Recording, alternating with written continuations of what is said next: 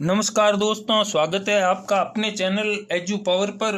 तो दोस्तों, आज हम लेकर आए हैं एक नया टॉपिक, राजस्थान का साहित्य। क्योंकि दोस्तों, हर परीक्षा में 3 से 4 प्रश्न आपके राजस्थान साहित्य और राजस्थान के कवियों द्वारा जो रचना की गई, या तो उनके प्रश्न सीधे आते हैं या फिर सुमेलित करने वाले प्रश्न जो आजकल ज़्यादा ही आ रहे हैं, उनमें निश्चिंत ही आते हैं।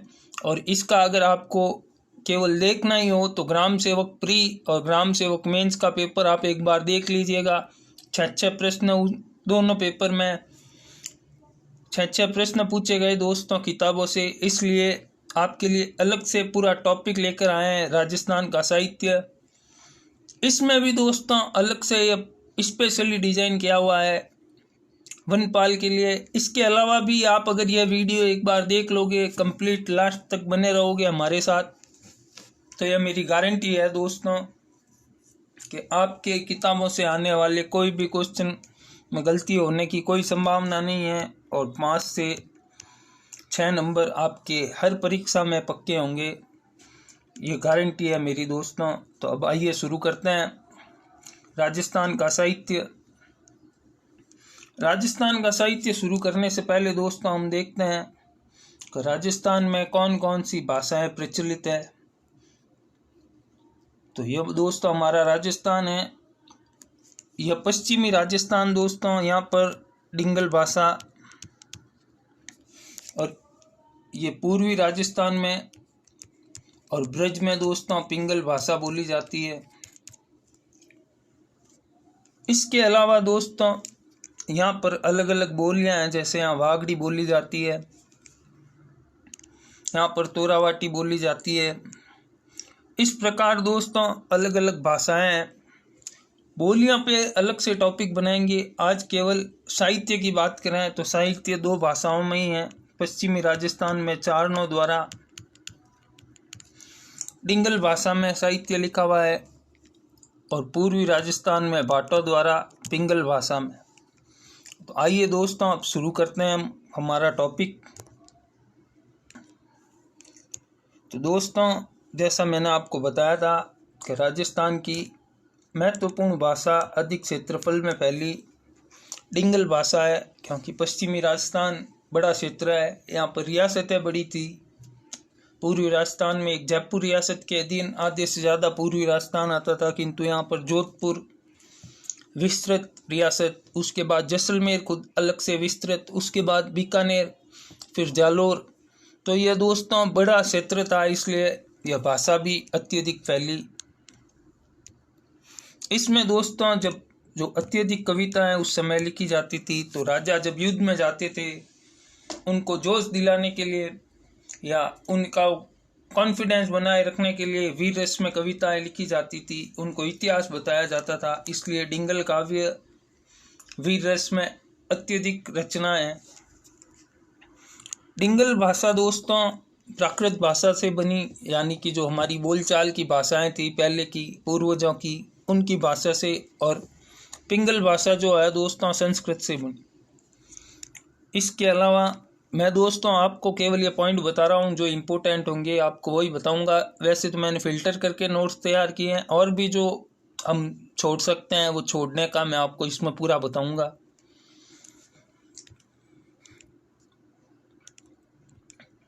पंडित रामकरण आसोपा ने दोस्तों अपने प्रसिद्ध ग्रंथ राजरूपक में डिंगल भाषा को राजस्थानी भाषा बताया है। पश्चिमी राजस्थान, ये दोस्तों मैंने आपको पॉइंट पहले ही बता दिया, चारणों द्वारा डिंगल साहित्य लिखा गया। और इस डिंगल भाषा का सबसे पहले प्रयोग पुस्तक पिंगल शिरोमणि में हुआ दोस्तों, और ये पुस्तक लिखी कुशललाल। ये उपशैलियाँ वर्तमान में तो हमारे कोई काम की नहीं है, वैसे ये काम की भी नहीं है।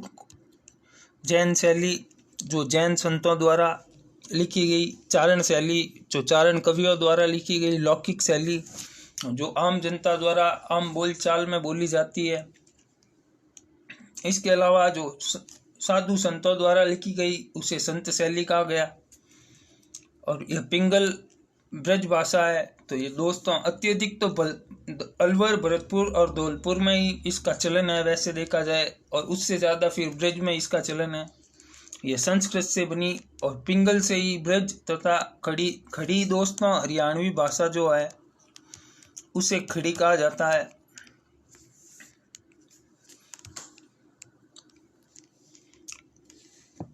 पूर्वी राजस्थान में साहित्य दोस्तों पिंगल भाषा में था, ये मैंने आपको पहले ही बताया, और यहाँ पर भाटों द्वारा रचित साहित्य ज़्यादा है। इसके बाद दोस्तों यहाँ से पॉइंट इम्पोर्टेंट शुरू होते हैं। ऊपर के पॉइंट आपके लिए इम्पोर्टेंट नहीं है, केवल नॉलेज गेन करने के लिए थे। जो पॉइंट है अब यहाँ से है और यहीं से अपन को फिल्टर भी मारना है।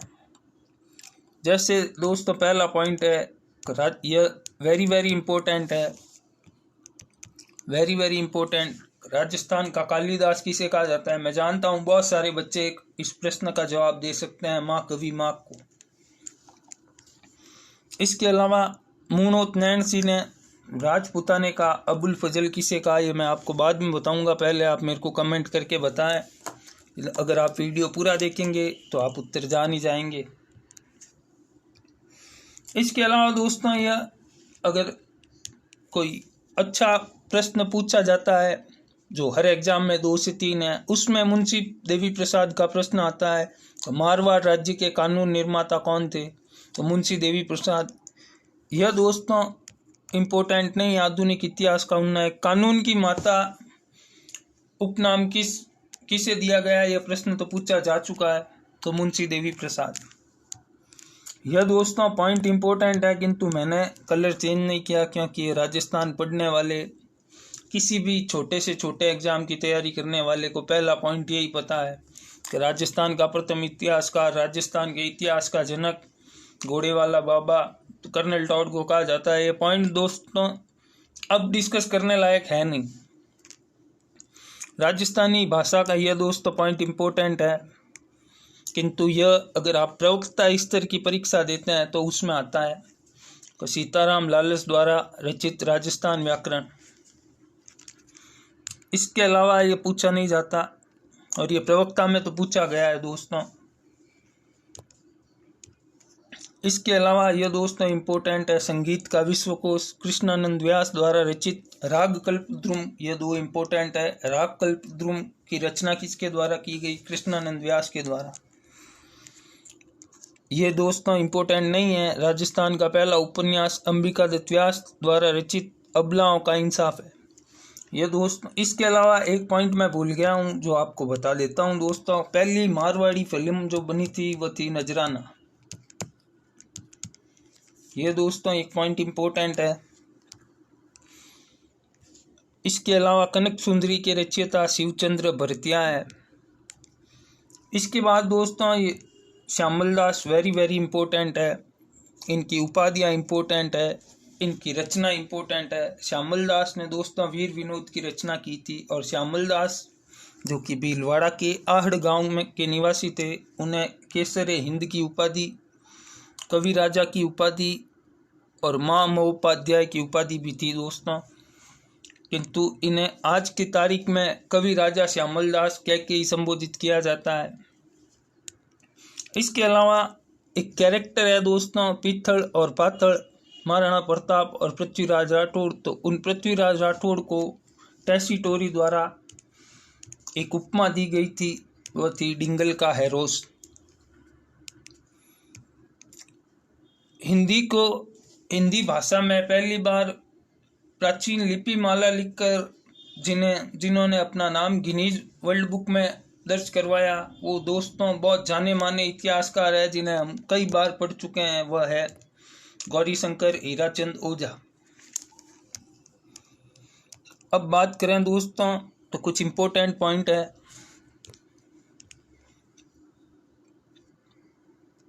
जैन साहित्य को मुनि जिन साहित्य कहा जाता है, और इसके अत्यधिक ग्रंथों का संपादन किशन सिंह ने किया। इसके अलावा कोई इम्पोर्टेंट पॉइंट इसमें नहीं है दोस्तों।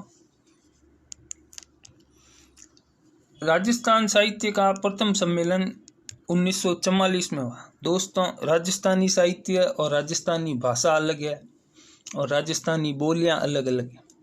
कई बार हमें ये कहकर भरमाया जाता है जब हम बात करते हैं कि हमारी भाषा 8वीं अनुसूची में क्यों नहीं है, तो लोग कुछ ज़्यादा समझदार हो गए, मारवाड़ी लोग ही या राजस्थानी लोग ही का भाषा हर जगह पर बदलती है। तो भाषा हर जगह पर नहीं बदलती दोस्तों, भाषा एक ही है और वो भाषा राजस्थानी है। यह साहित्य अगर आप उठा के पढ़ोगे तो यह एक एक भाषाओं में, जैसे हिंदी में है तो हिंदी पूरे भारत की भाषा है, संस्कृत में उस समय पूरे भारत में संस्कृत बोली जाती थी, उसी प्रकार राजस्थानी साहित्य पूरा राजस्थानी एक थी और लोकल लोग जो बात करते हैं उसे बोली कहा जाता है। शेखावटी की बोली अलग है, हमारे इधर मारवाड़ जोधपुर के क्षेत्र की बोली अलग है, बीकानेर की मारवाड़ में ही बोली अलग है, जैसलमेर की मारवाड़ में ही बोली अलग है। तो संवाद आराम से हो पाए इसलिए बोलियां अलग है और भाषाएं अलग है। तो यह भ्रम किसी को ना रहे और कोई आपको आगे से आके कह दे तो उसे समझाए कि भाषा हमारी राजस्थानी है और ये जो अलग अलग है वो बोलियां हैं। आइए दोस्तों आगे चलते हैं।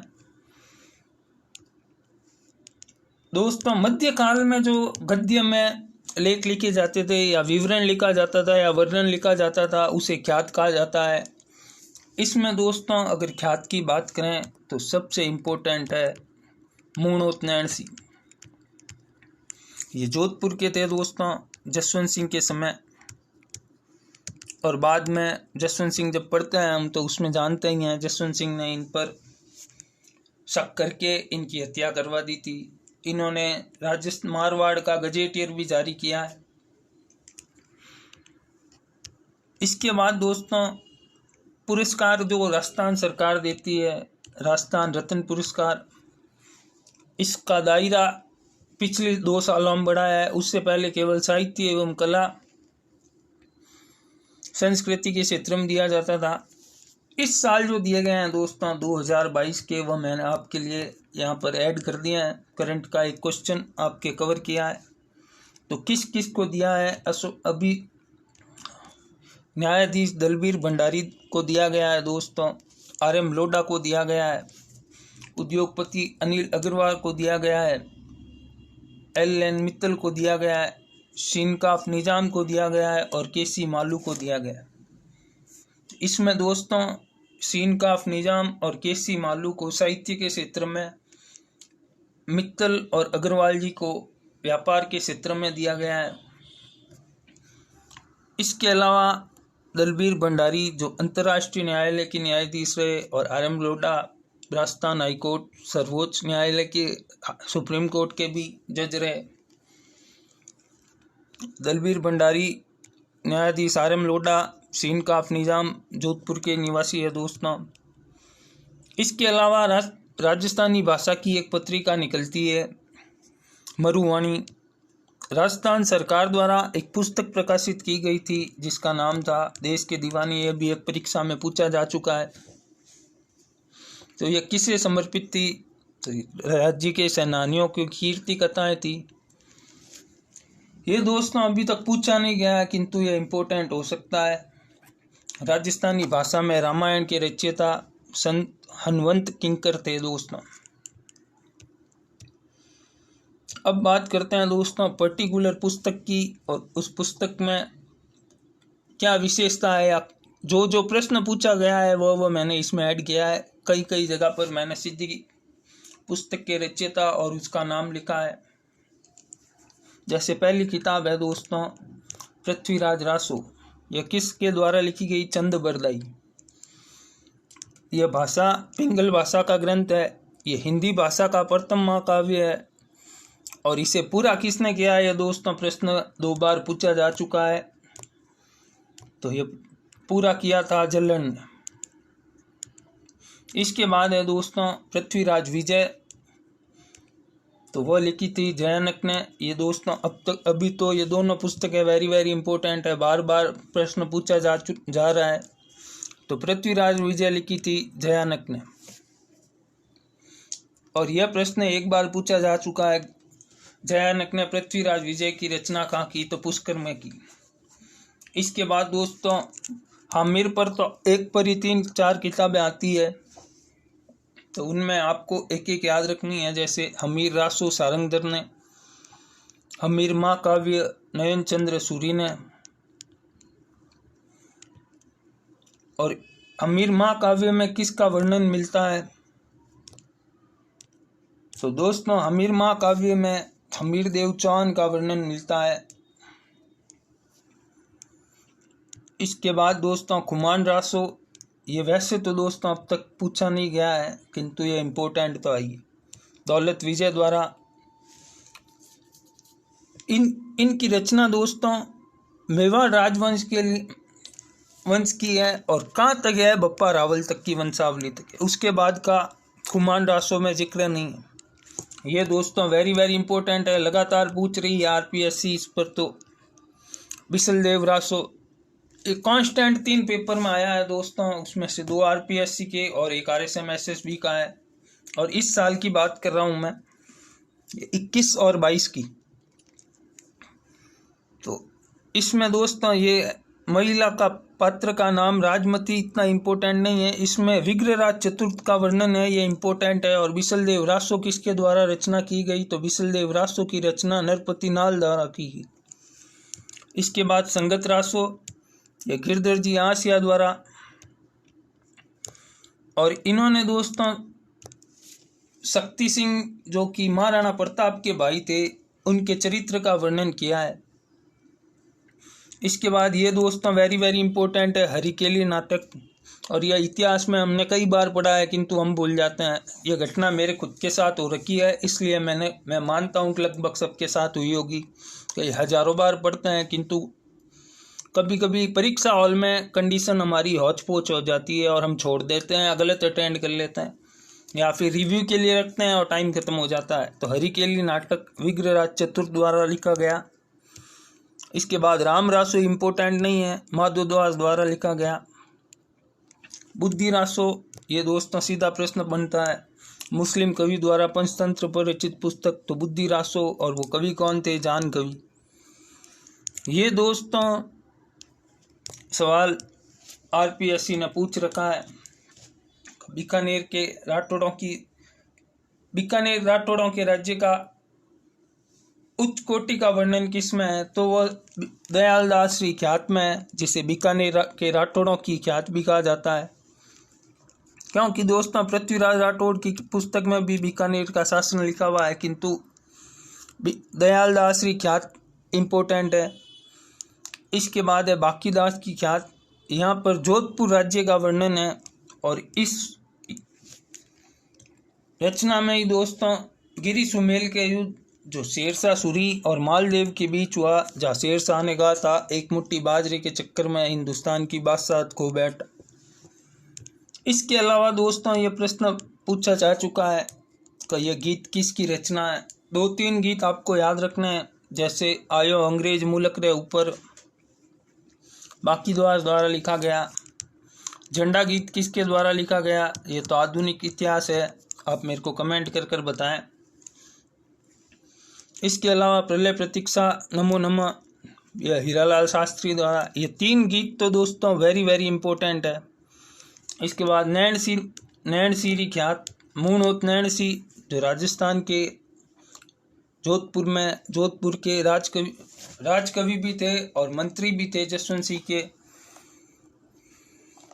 इनकी ख्यात प्राचीनतम है। और यहाँ पर दोस्तों जो मैंने आपको पहले बात की थी वो यहाँ पर आपको क्लियर बताता हूँ कि इनकी ख्यात राजस्थानी भाषा में, ना कि मारवाड़ी भाषा में। जोधपुर में दोस्तों मारवाड़ी भाषा चलती है किंतु इनकी ख्यात राजस्थानी भाषा में थी। इस पर बीए करवाई जाती है राजस्थानी विभाग द्वारा। तो यह पूरी राजस्थान को एक करने वाली भाषा हमारी राजस्थानी है और इनकी ये ख्यात राजस्थानी भाषा में। मुंशी देवी प्रसाद ने मूणोत नैण सी को राजपूताने का अबुल फजल कहा है।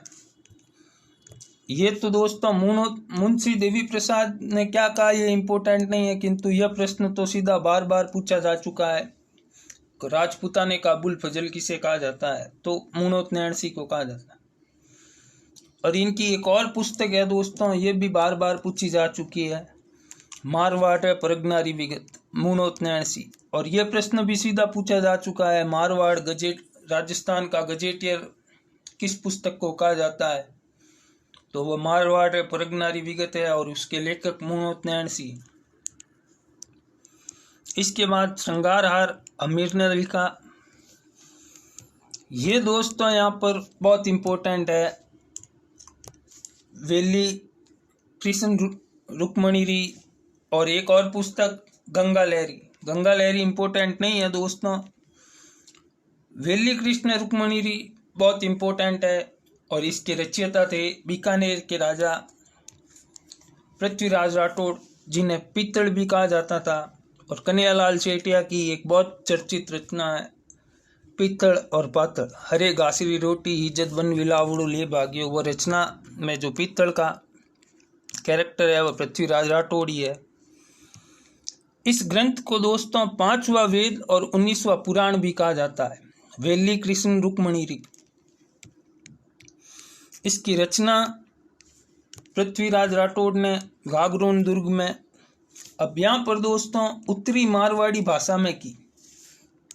तो ये दोस्तों ये मारवाड़ है या ये मारवाड़ है, तो ये उत्तरी मारवाड़ यानी कि बीकानेर की भाषा में की, यानी कि बोली में की अपनी। और मुनोत नैन सिंह ख्यात राजस्थानी में है, तो यहाँ पर इन्होंने उत्तरी मारवाड़ी में की। और ये प्रश्न पूछा जा चुका है कि वेली कृष्ण रुक्मणी री किस भाषा में है, तो उत्तरी मारवाड़ी उत्तर होगा। बीकानेर निवासी पृथ्वीराज राठौड़ को दोस्तों ये मैंने आपको पहले ही बताया था, टेसी टोरी ने डिंगल का है, रोस का है। यह दोस्तों प्रश्न लगभग याद हो गया होगा, इतनी बार आ चुका है। कानड़ दे प्रबंध पद्मनाभ द्वारा। और इसमें दोस्तों ये भी सवाल पूछा जा चुका है किसकी जानकारी मिलती है, तो अलाउद्दीन का जालोर विजय की जानकारी इसमें मिलती है। इसके बाद कुवलय माला उद्योतन सूरी द्वारा।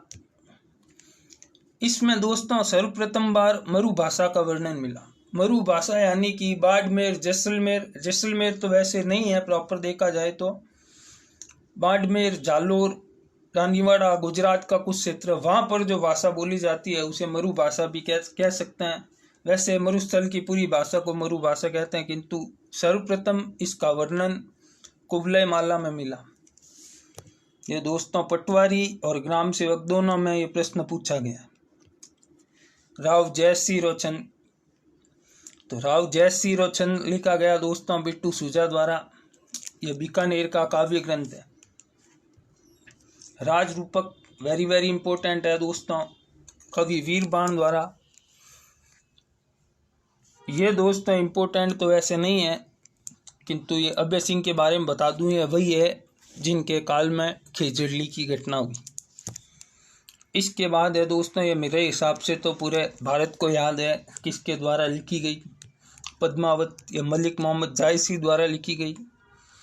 इस ग्रंथ में रतन सिंह व अलाउद्दीन के मध्य की लड़ाई का वर्णन है। इसके अलावा ये दोस्तों वेरी वेरी इंपॉर्टेंट है, और इसमें यही दिक्कत है कि किताबों में, गाइडों में, चाहे यूट्यूब पर केवल एक लाइन में दिखाया गया है, तो मेरे पास भी कोई साधन था नहीं इसमें। ललित विग्रहराज सोमवेद द्वारा लिखित है। बिहारी सतसई, यह बिहारी द्वारा लिखी गई है। बिहारी के बारे में हम सब ने पढ़ रखा है। ये दोस्तों छोटी परीक्षा, बड़ी परीक्षा, अगर आपको याद नहीं है तो आप राजस्थानी की तैयारी करने के लिए तैयार ही नहीं है। ये दो कवि सूर्यमल मिश्रण और कन्हैयालाल जी सेठिया, उसमें भी सूर्यमल मिश्रण जी राजकवि है राजस्थान के, और ये वीर रस के कवि। अब इनकी पुस्तक वंश भास्कर वेरी वेरी इंपॉर्टेंट है, वीर सतसई वेरी वेरी इंपॉर्टेंट है, बलवद विलास एक बार पूछा जा चुका है, राम रंजाट एक बार पूछा जा चुका है। तो यह तो पूरा पॉइंट इंपॉर्टेंट है। वंश भास्कर, वीर सतसई, सती रासो, बलवद विलास व राम रंजाट सूर्यमल मिश्रण द्वारा रचित है। ये दोस्तों नव जागरण के प्रथम कवि थे, जिन्हें रसावतार भी कहते हैं। इसके अलावा वंश भास्कर महाराव राम सिंह के कहने पर इन्होंने लिखी थी, जिसमें बूंदी राज्य का वर्णन है। और इस वंश भास्कर को पूरा किसने किया? मुरारी दान। एक एक पॉइंट इंपॉर्टेंट है, इसमें तो आप फिल्टर लगाने का सोचना ही मत, आपको पूरा पॉइंट याद करना पड़ेगा। इसके बाद वीर विनोद के अभी हाल ही में पूछा जा रहा है लगातार, तो श्यामल दास द्वारा, और मैंने आपको आगे बताया ही था। इन्हें केसरे हिंद कवि राजा माँ महोपाध्याय की उपाधि, और इनकी रचना मेवाड़ के सज्जन सिंह के काल की है। दोस्तों हमीर हट चंद्रशेखर द्वारा लिखी गई। तो ये दोस्तों आपको हमीर की तो चारों किताबें याद रखनी है, क्योंकि पटवारी में हमीर की चारों किताबों में से प्रश्न आया था। इसके बाद महाकवि माघ जिन्हें राजस्थान का कालिदास कहते हैं, उनके द्वारा लिखी गई है शिशुपाल वध। ये भीनमाल के निवासी थे और इन्हें इसके अलावा किरातार्जुनियम भारवी द्वारा नरसी रोमाइरो, यह मीराबाई की शिष्या थी दोस्तों। नरसी रोमाइरो वही है जो हमारे घर वाले आज तक सुनते हैं और हमें भी कई बार सुनना पड़ा है, नानी बाई रोमाइरो। यह वही नरसी रोमाइरो है और ये लिखी है रत्ना खाती ने, जो मीराबाई की शिष्या थी। इसके अलावा बाबूजीरा चंद, बिट्टू मियाँ। अब इसमें दोस्तों ये जो और आधुनिक राजस्थान और मध्यकालीन राजस्थान में इम्पोर्टेंट साहित्य है उसके बारे में जानकारी लें तो प्रबंध कोश राजशेखर द्वारा लिखी गई, बाबर द्वारा लिखी गई तुजुके बाबरी, अबुल फजल द्वारा लिखी गई आइन अकबरी, अल बरूनी द्वारा लिखी गई तारिक उल हिंद, आमिर खुसरो द्वारा लिखी गई तारिक अलाई, प्राचीन लिपि माला जिसके लिए गिनीज वर्ल्ड बुक में नाम दर्ज हुआ गौरी शंकर हीराचंद ओझा, और ये चेतावनी राज चुंगटिया फतेह सिंह को लिखी थी, जिसमें 2200 अट्टे थे। मैंने ये टाइप नहीं किया दोस्तों क्योंकि समय कम था आपके पास भी और मेरे पास भी। तो चेतावनी राज चुंगटिया केसरी सिंह भारत द्वारा लिखी गई, टाबरारी बात लक्ष्मी कुमारी चुंडावत। और ये दोस्तों जितने सूर्यमल मिश्रण इम्पोर्टेंट है उतने ही कन्यालाल सेठिया जी भी इम्पोर्टेंट है। इनकी 5 किताबें पूछ लेंगे आपको और पूछेंगे निम्नलिखित में से कौन सी नहीं है, या आपको 3-4 किताबों या डायरेक्ट प्रश्न कुछ भी आ सकता है यहाँ से। तो आपको एक एक पॉइंट याद रखना है। शब्द पाथड़ और पीथड़, लीलटांस, निग्रंथ, मायर रो हेलो, किन घड़ियों में बेसुध सोए मारवाड़ के सपूत, धरती दोरारी, जमीन राधनी कुणी, यह सभी कन्यालाल जी सेठिया की है। और 2-4 और है दोस्तों, हुण गोरी की ने पिवरी, ये दोस्तों इनका ये बीए में पढ़ाया जाता है वैसे तो, ये याग्वेंद्र शर्मा की, किंतु अभी तक परीक्षाओं में इस पर से एक आध बार कोई प्रश्न आया है। बातारी पुलवारी के रचयिता विजयदान देता है दोस्तों। सुजान चरित्र इम्पोर्टेंट नहीं है वैसे, इसके रचयिता सुदन कवि। एक लिंग मातम्य बहुत इम्पोर्टेंट है कानड़ व्यास द्वारा। अकबरनामा अबुल फजल द्वारा, पोपाबाई पौड़ जयनारायण व्यास द्वारा लिखी गई दोस्तों। गोरा बादल बात हेमरतन सूरी द्वारा, राजपूताने का इतिहास गौरी शंकर हीराचंद ओझा द्वारा। लूटी रानी दोस्तों ये कोई राजस्थान की रानी के लिए नहीं, एलिजाबेथ के लिए लिखी गई थी दोस्तों। भक्तमाल नाबादास द्वारा, और ये हमीरायण दोस्तों बाउंड व्यास द्वारा। पृथ्वीराज राठौड़ कानड़ देव द्वारा, ये दोस्तों वेरी वेरी इंपॉर्टेंट है। What are the Indian states Vijay Singh Pathik द्वारा। इसके अलावा राजस्थानी की पत्रिकाएं जो अलग अलग लोग निकालते हैं, तो इसमें जागती ज्योत राजस्थानी भाषा साहित्य एवं संस्कृति अकादमी जो बीकानेर में स्थित है, ये दोस्तों पूरा पॉइंट इम्पोर्टेंट है क्योंकि ये भी आता है निम्नलिखित में से स्थापित है। तो राजस्थानी भाषा साहित्य एवं संस्कृति अकादमी बीकानेर में। पणिहारी राजस्थानी भाषा साहित्य प्रकाशन लक्ष्मणगढ़ सीकर से निकलती। माणक प्रकाशन जोधपुर द्वारा, मरु भारती बिरला एजुकेशन ट्रस्ट पिलानी द्वारा। तो दोस्तों यहाँ पर हमारे ख़त्म होता है राजस्थान साहित्य। आशा करते हैं कि आपको ये वीडियो पसंद आई है। अगर आप यहाँ पर लास्ट तक पहुँचे हैं तो मेरा प्रश्न वापस से सुनिए और कमेंट कर उत्तर दीजिए। झंडा गीत किसके द्वारा लिखा गया? और एक उत्तर और आपको, झंडा गीत गाते गाते किसने अपने प्राण त्यागे? इसी के साथ बहुत बहुत धन्यवाद दोस्तों।